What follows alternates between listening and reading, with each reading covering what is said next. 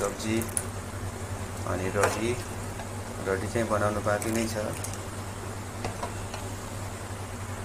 अनि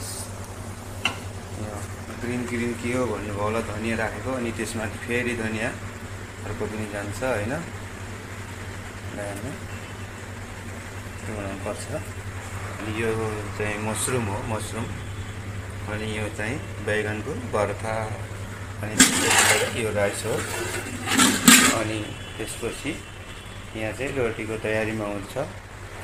अब तयारी भन्दा पनि अब एकछिनपछि बस बनाउने नै हो। अब गेस्टहरूको लागि बनाएर राखिदिएका छौँ। अब आउँछ गेस्टहरू अनि खान्छ, त्यसपछि मात्र आफ्नो काम सकिएर